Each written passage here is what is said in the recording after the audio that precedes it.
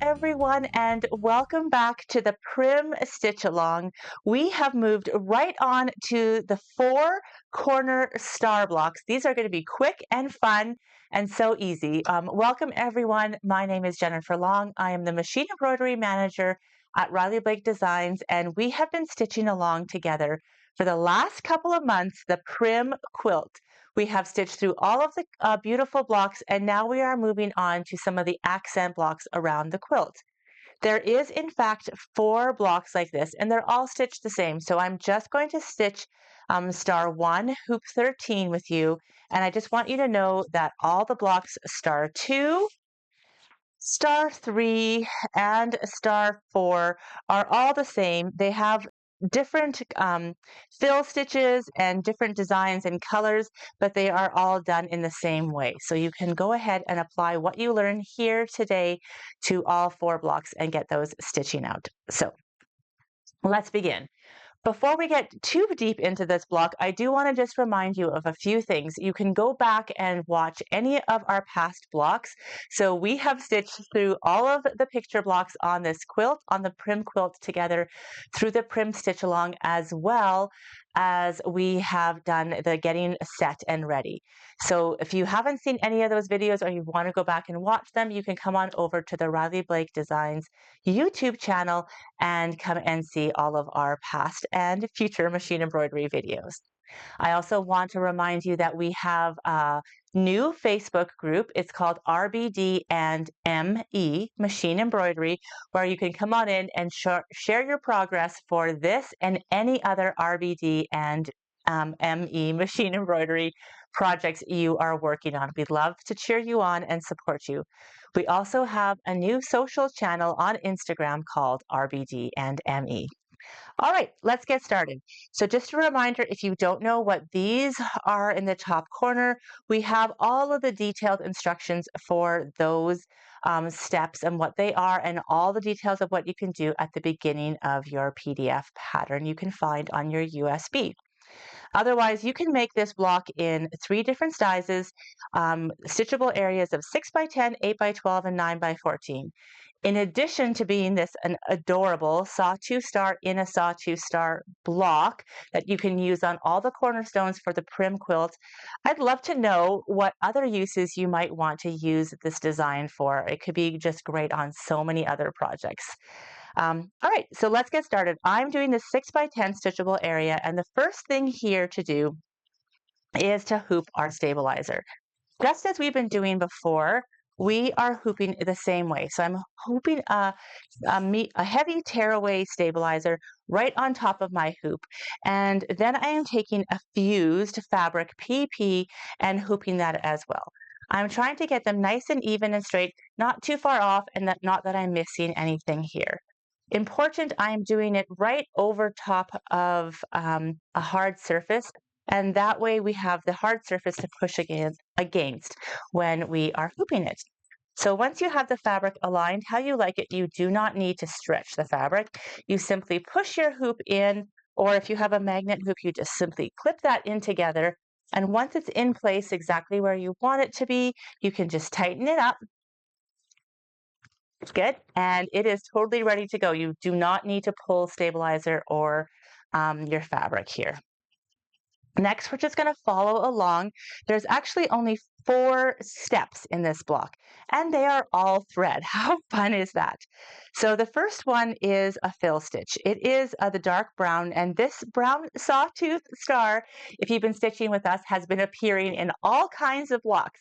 So here it is again, appearing inside the Prim corner star, and this is thread number 12.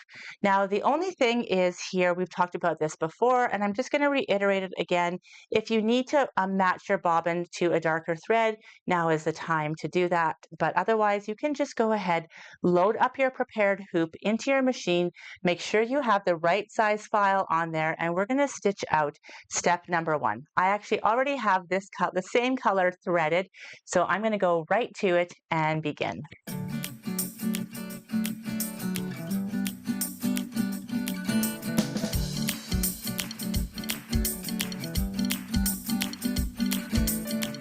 Okay, that was way faster than piecing all those points together. Next up is step number 2. It is another fill stitch, and we are using thread number 1. Now, the beautiful thing about using thread as the star of your show in place of fabric for quilting like this is that in these designs, we are actually mimicking what you see here for fabric. So this is actually this fabric right here that you see right here. That is one of Lori Holt's fabrics that is being showcased right here inside of this block. So that's pretty exciting that you can do that with thread and this quickly. So you can go ahead and switch to thread number 1 and then press step number 2 on your machine.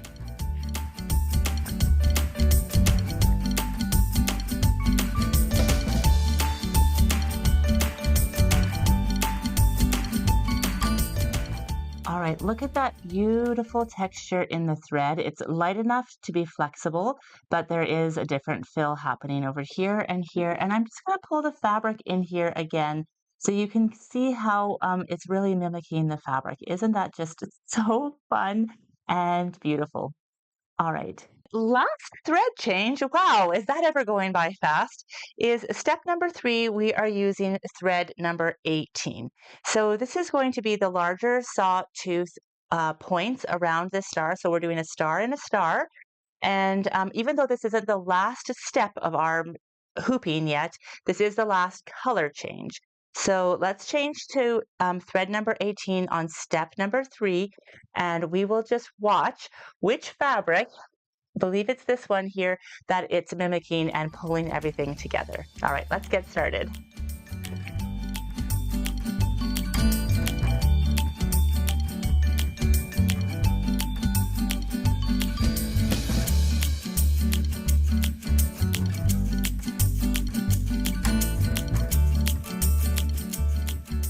Okay, excellent. Let's take a closer look inside. Do you see how each of these has almost like an X that you are seeing there? Now, let me just put the fabric up next to it. And you'll see that same X is right there. Isn't that just amazing and wonderful? So you are really just stitching out the look of the fabrics right into the thread. And that is how quick and fast and fun that design is. Okay, so now that we've stitched out step 3, we only have one step left to do. A very important step, however, that is the crosshair step on number 4. So I always like to say you are more than welcome at this point. There is no thread allocation, but you are more than welcome to choose a thread color that you feel is going to stand out so you can help you seam rip it out. It is just a basting stitch, so it's going to be a very large stitch, but you might want to change your bobbin thread here and or the top thread. I'm going to leave them as they are, but I will leave that up to you.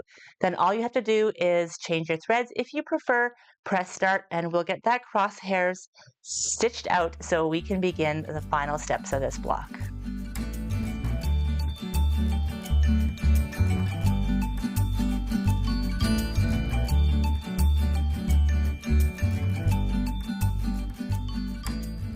Time to remove the hoop and take a look at how adorable that little Prim corner star one is. Okay, if you are happy how everything's stitched out and you're ready for next steps, we're going to just follow these steps to prep this block for assembly in the quilt. The first thing is that you remove the block from the hoop, and so you just gently remove your hoop, however your hoop releases, and I'm just going to relax the fabric like this. Second up is you carefully tear away the stabilizer. So I'm going to take it on here. Before I carefully tear away the stabilizer, I am just going to take my scissors and just trim any threads that happen to be long at the back, just to clean up this area. Now I'm going to use my one hand for support and my other hand flat against the table and tear. Because we have decorative stitches and these straight stitches, it's going to come along pretty easy, but I do want you just to take care as you're tearing so you don't just tear away all of your beautiful stitches that you have done.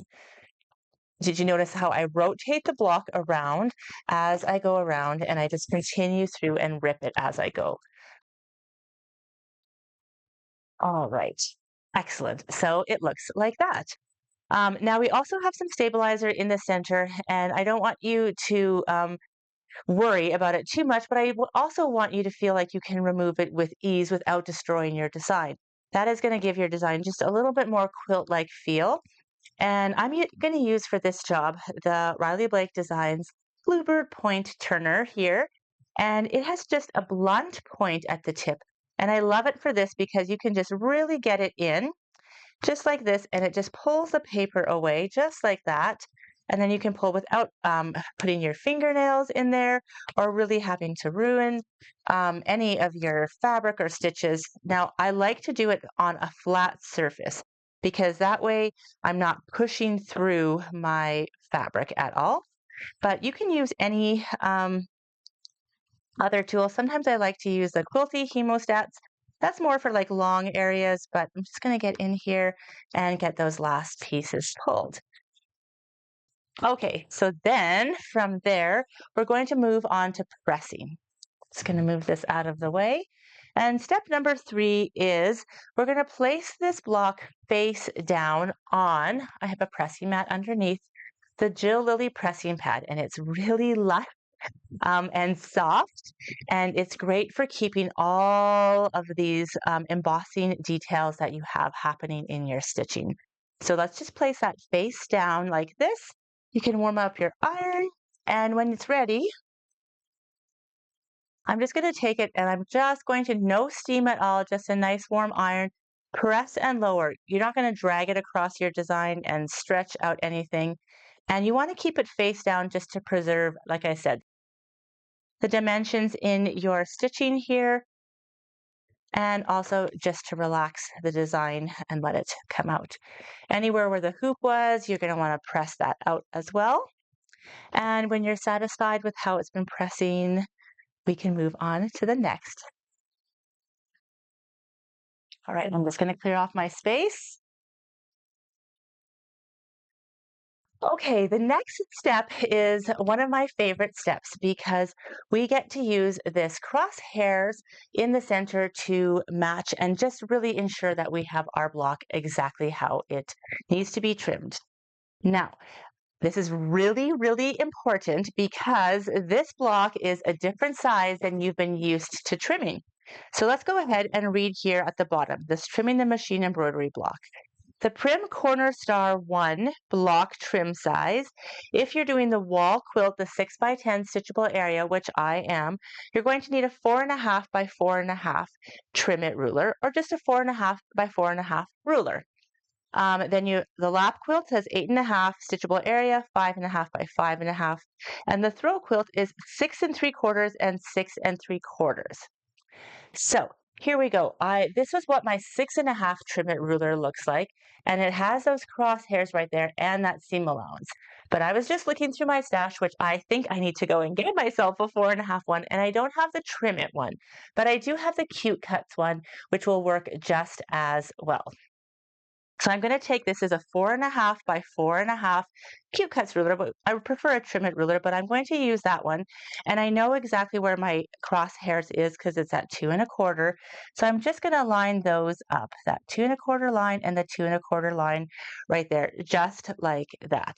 I'm again going to take my finger along the edge and just make sure that this block isn't offset anyway, that it's not crooked, everything looks even there. And then I'm going to take my rotary cutter. I'm going to start at the bottom and I'm going to cut along 2 edges. Good. And remove that fabric. Then I'm going to turn my fabric around. If you have a turntable, you're welcome to use that. And just make sure that nothing has changed with the edges. I'm also going to go again, if I have those crosshairs, to just check them out. 2.25, 2.25, and then check my edges there as well. And I'm going to trim that up. All right. Okay, look at that cute little block. Oh my goodness, he is so cute. All right, the last step that we need to do is we are going to pull out those crosshairs. So I'm going to take my seam ripper, and on the back, I'm just going to start pulling out every second one of the basting stitches. Careful that you don't pull your threads. Just try to grab just the basting stitches. And then on both vertical and horizontal ones. Excellent. Once you've got all of those, you can bring it over to the front side and you should be able to easily pull them up. Pull up on everything and away you go. This one just needs to be pulled up from the back again. And here is our cute, adorable little Prim corner sock. It goes so well with so many things. You have so many uses for this, but here we're using it in the cornerstones of the Prim quilt. Let me just take a moment and show you where it is being used. I'm going to bring the quilt on the table and we get a little chance to have some fun share together. So I'm going to move this block over here. I have my Prim quilt sitting here that I've already made, and I'm just going to show you where each of these blocks are. So you can see that one has come on over onto this side. This is the one we just stitched right here. So this is a larger size, but this is the same block. You can see it right there, the same block there. And then there are two more. Let me just keep moving the quilt along.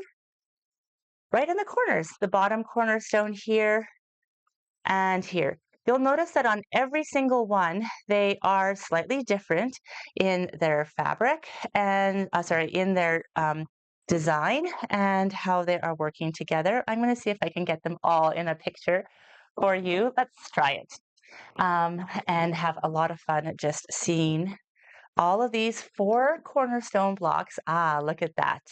Look at those 4 beautiful cornerstone blocks that you can stitch here together today. Look at that inside the Prim Stitch Along.